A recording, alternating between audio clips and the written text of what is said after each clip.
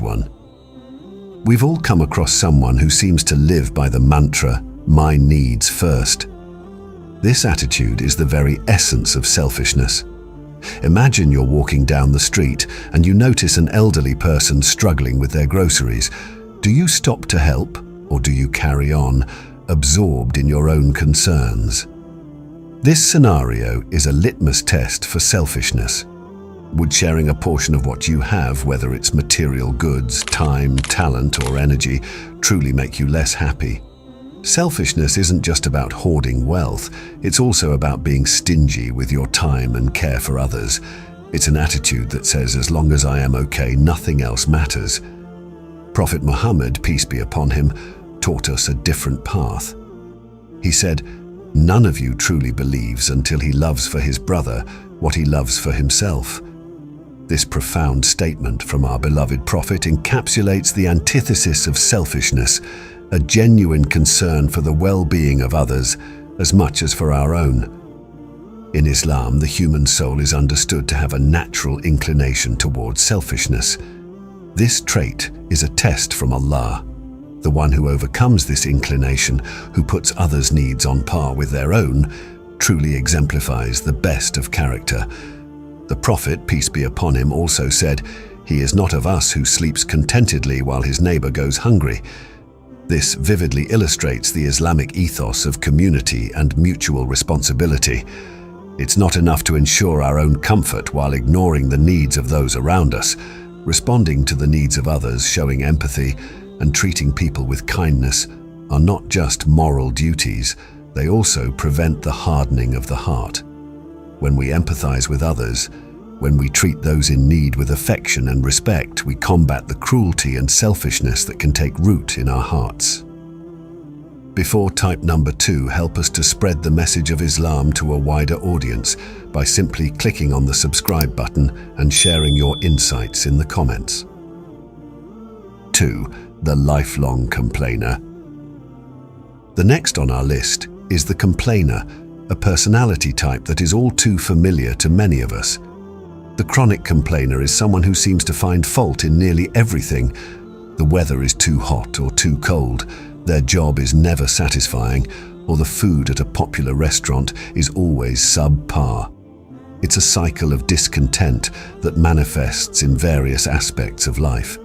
A husband complains about his wife, who in turn complains about him. Children grumble about their parents not understanding them, while parents lament over their kids not doing homework or lacking respect. In workplaces, employers and employees often find themselves in a loop of complaints about each other. This constant dissatisfaction is a sign of a deeper issue, a lack of contentment in life. Islam teaches us the importance of contentment. Prophet Muhammad, peace be upon him, used to pray, "O Allah, I ask you for contentment in what you decree." This beautiful prayer embodies the essence of being prepared to accept wholeheartedly whatever Allah has planned for us. Complaining perpetuates negative energy, which not only affects our own well-being, but also impacts those around us. It can lead to a spiral of unhappiness, depression, and weakened faith. However, this does not mean that we should never express dissatisfaction or that we cannot address issues that genuinely need attention. The key is how and why we complain. In Islam, facing our problems realistically and seeing them as tests from Allah is encouraged. Complaining should not be a habitual response to every inconvenience or a way to start conversations and bond over negativity. When feeling the urge to complain, it's important to ask ourselves, does this complaint bring any positive change, or is it merely a way to vent frustration? Sometimes it's necessary to voice concerns, especially in difficult situations, but it should be done constructively and directly to those concerned. Number 3, the arrogant one. Imagine encountering someone who constantly brags about their successes, looks down on others, and is dismissive of opinions that differ from their own. This is the hallmark of an arrogant person. Arrogance, a trait severely condemned in Islam, is often considered a root of many moral failings. It is the characteristic that led to the downfall of Iblis, the primary devil in Islamic teachings.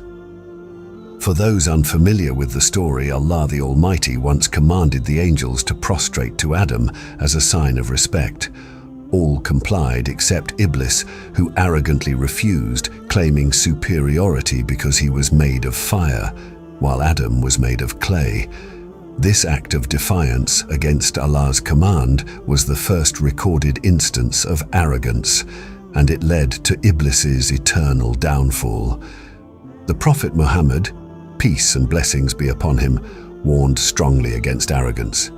He said, "No one who has an atom's weight of arrogance in his heart will enter paradise." This highlights the severity of arrogance in the sight of Allah. However, there's often a misconception about arrogance. Does taking care of one's appearance or wanting to present oneself well equate to arrogance?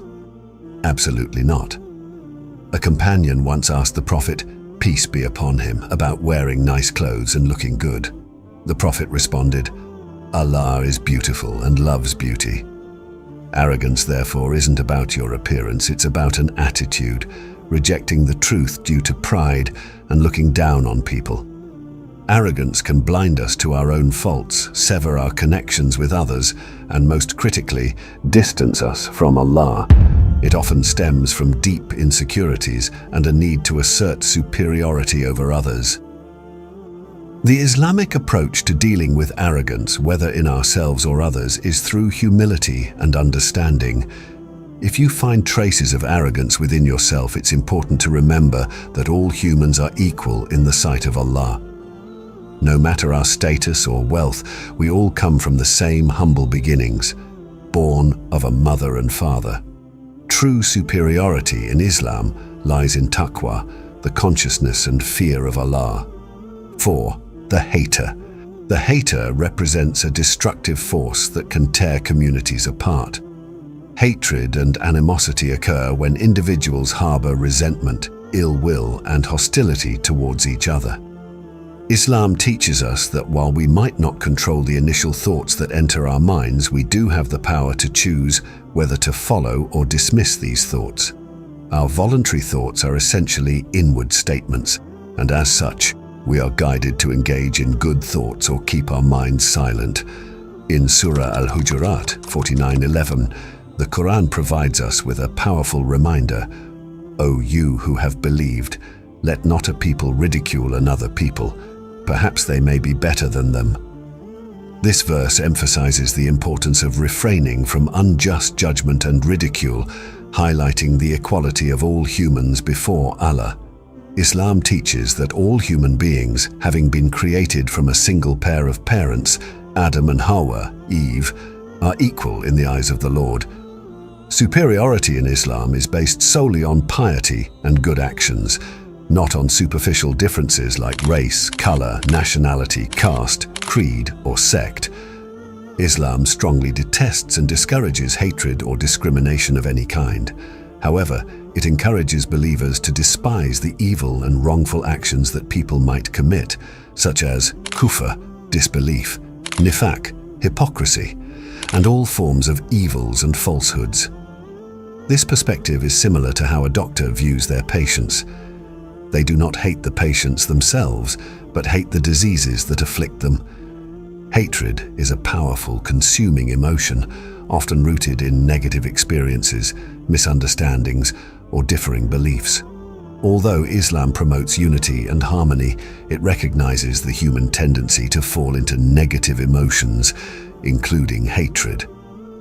However, Muslims are urged to control these emotions and instead embody patience and empathy. In situations where you encounter people, perhaps even within your own family, who are toxic or bear animosity towards you, Islam guides us to draw boundaries respectfully, deal with them wisely, and pray for their guidance. There's a saying that the trees with the sweetest fruits are beaten the most, suggesting that those who face adversity often bear valuable gifts. 5. The envious.